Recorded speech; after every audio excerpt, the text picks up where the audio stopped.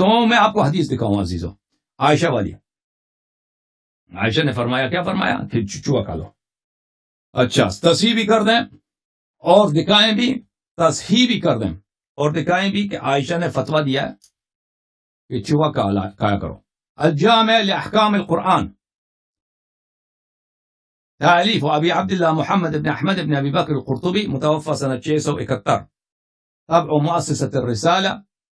یہاں پر الجزء التاسع، چھاپ مؤسسۃ الرسالہ، کتاب چھپی ہے 2006 میں. یہاں پہ ملاحظہ فرمائی صفحہ نمبر 89 میں.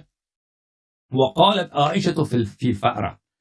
اچھی طرح الفاظ یاد رکھیے تاکہ پتہ چلے اس حدیث کی تصحیح کیسے ہوتی ہے. عائشہ نے کہا ہے، عائشہ نے فرمایا ہے. قالت عائشہ چوہے کے متعلق، ما ہی بحرام، یہ حرام نہیں ہے. وقرأت، اور اس نے پھر آیت کی تلاوت کیا، قل لا اجد فیما اوحی الی محرما. اس نے کہا یہ قرآن میں اس کی حرمت نہیں ہے، یہ حرام نہیں ہے، یعنی اس کو کھا سکتے ہیں. یہ کتاب ہے الہدایہ الی بلوغ النہایہ، تالیف ابی محمد ابن ابی طالب القیسی. یہاں پر عزیزو سئلت عائشہ عن الفأرہ، عائشہ سے پوچھا گیا کہ چوہے کے متعلق فتویٰ کیا. فقرأت، اس نے پڑھا ہے لا اجد فیما اوحی الی محرما ترید تحلیلها، اس کی نیت یہی تھی کہ یہ حلال ہے. اچھا، اس کے مزید بھی حوالے جات ہیں. تو یہ حدیث کی تصحیح کیسے ہوگی، تصحیح کیسے کریں گے؟ محدثین کے ہاں قاعدہ ہے الاخبار بالجزم يدل على التصحیح. جزم کے ساتھ جب خبر دیں گے تو یہ اس کا مطلب یہ ہے کہ مصنف کے ہاں وہ حدیث صحیح ہے. ملاحظہ فرمائیے، یہ کتاب المجموع شرح المحدب جلد نمبر 1، یحییٰ بن شرف النووی کی، جو بہت بڑا مجتہد بھی ہے اور محدث بھی ہے، اس کی کتاب ہے. تو اس میں صفحہ نمبر 63 میں، یہ صفحہ نمبر 63 ہے بھائی، اس میں فصل، ایک فصل، پورا فصل ہے اس کے پاس. قال العلماء المحققون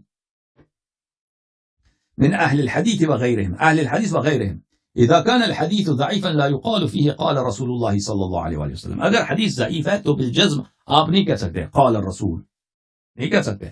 آپ کہہ دیں روی عن الرسول صلی اللہ علیہ وآلہ وسلم.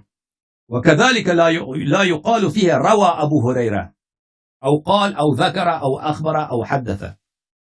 اور اسی طرح آپ صحابہ کے متعلق نہیں کہہ سکتے اگر حدیث ضعیف ہے کہ ابو ہریرہ نے روایت کیا، اس طرح ابو ہریرہ نے اس طرح بولا ہے، آپ نہیں کہہ سکتے اگر حدیث ضعیف ہے. ٹھیک ہے نا؟